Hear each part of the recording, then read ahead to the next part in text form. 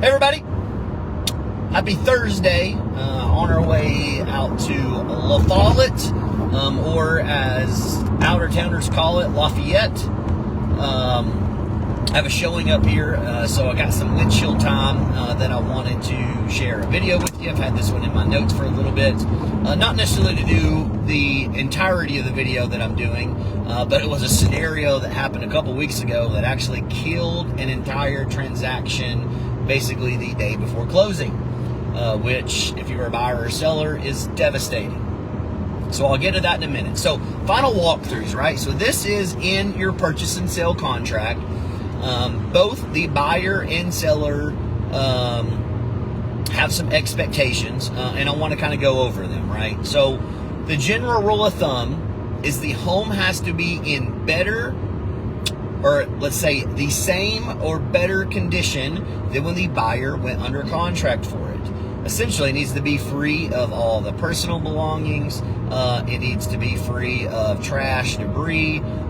It needs to be what I call is a respectable level of clean, and this is where that can get a gray area because that's really not outlined in the contract a whole lot. Really, to me, there's some gray area in the contract around the final walkthrough that should be fixed, in my opinion.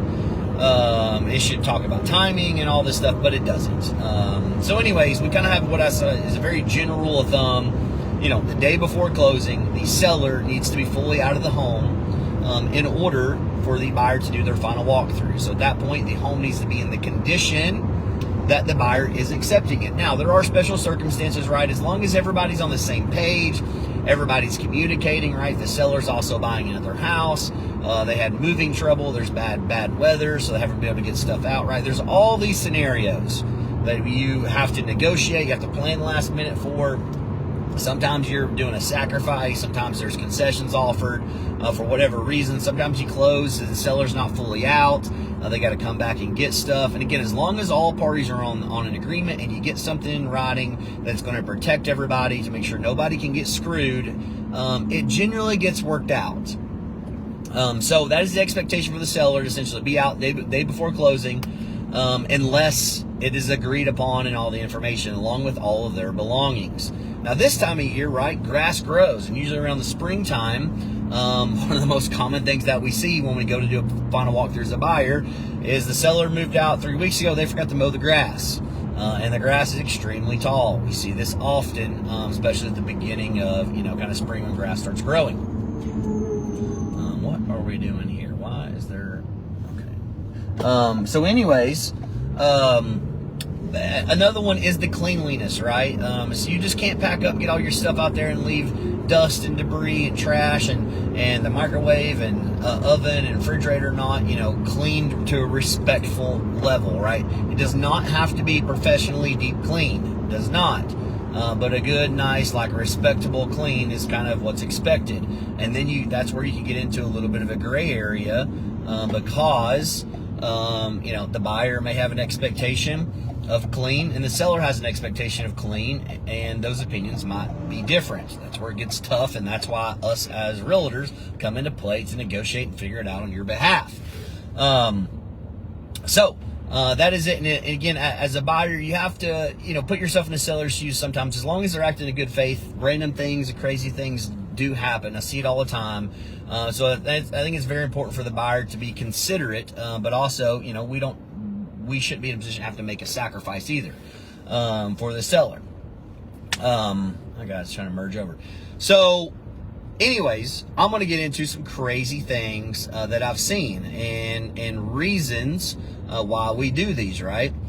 Been to a final walkthrough before where the HVAC quit working, right? Well, that's kind of awkward. HVAC was in good working condition per, initial inspection, everything. HVAC quit working. Well, you can get that negotiated, right? You can push closing out, or you can say, hey, listen, sure, we'll negotiate it, but, or I'm sure we'll close it, but, seller, to credit us to get somebody out to fix it, to pay for it and all that. You can do all this stuff within the paperwork to make the deal happen. And again, the seller probably didn't know their HVAC was, had went out. If there's a change to the property. I've seen one where it came back and they basically moved out 2 days before. Well, buyer goes out to do final walkthrough. I think this scenario was like day of closing. In the basement flooded, it rained, flooded. Well, home is no longer in the same or better condition because of the flood. And buyer can say, not going to close. Or, again, offer can be negotiated to figure out what the terms are. A few things that I've personally seen and been a part of. We had an agent, and the reason it kind of sparked this video to talk about it, because it's there to protect the buyer, right, from a seller ruining the property and the buyer being expected to, to move forward. We had one about 2 or 3 weeks ago. Inspection was fine. Everything got negotiated, no big deal. Well, we got to do the final walkthrough, and I don't even know how this happened, and I don't know enough about termites to like understand how they work, other than do a termite inspection on your house. Somehow there was like, I'll just say, hundreds of dead termites in the kitchen floor. How? I don't know. I really don't ever see termites in a house before. That might probably be the first time, especially what I would call an infestation. And then underneath the house, there was like a ball of termites in a corner that looked like a hornet nest type thing. And again, just a crazy scenario of it wasn't there before. Final walkthrough, well, it had caused, we can already tell, significant damage, these termites, to the actual, boards in the what would be in the crawl space for the foundation support. And buyers ultimately, right, seller was actually willing to fix it, willing to do whatever it is. Buyers were freaked out by this and walked away, and it is their right. Even with the seller saying, no, I'll do whatever to fix it. We'll make it right. We just need to close it, right? Which really was the scenario. We were on the buying side, and we were conveying that, hey, they want to make it right. You don't got to close. They'll extend closing. They'll get all this. They'll get contractors out. We'll get it all fixed.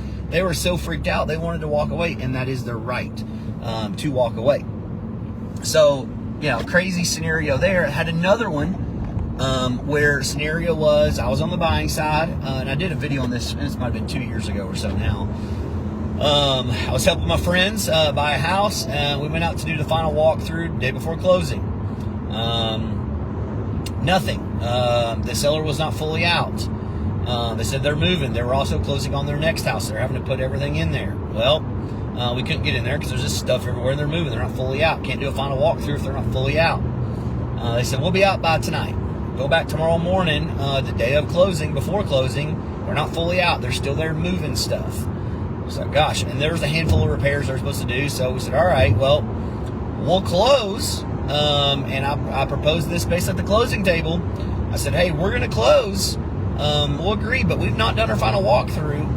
And in order to do our final walkthrough, we're going to hold back $5,000 to make sure that everything's done correctly and you guys haven't destroyed the place. Well, that buyer was pissed. I got in an argument with him. I'm sorry, not my buyer wasn't pissed. The seller was pissed. But it is what it is. I'm having to protect my person. We didn't even have to sign. We could have not signed, extended, but again, it screwed up their situation. So, we were the ones making the sacrifice for the seller's fault. The seller should have been out.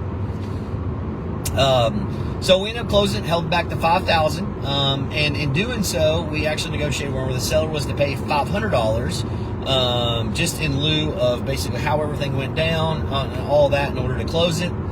They had till the end of the day to basically pay me or the buyer. It had our information. So we go back to do the final walkthrough, and this is where weird things happen. And again, intentional or non-intentional, I don't know. The seller took out the probably $3,000 nice 1-year, 2-year-old refrigerator and put in the garage refrigerator in the kitchen. That was probably like an $800 refrigerator. Well, we get in there, I'm like, something's weird on this refrigerator. And we had photos and evidence of that wasn't the correct refrigerator. Pull it up. Well, sure as heck, they took the nice one and left us with a crappy one. Well, that's a change to the property condition. Again, a knowing change.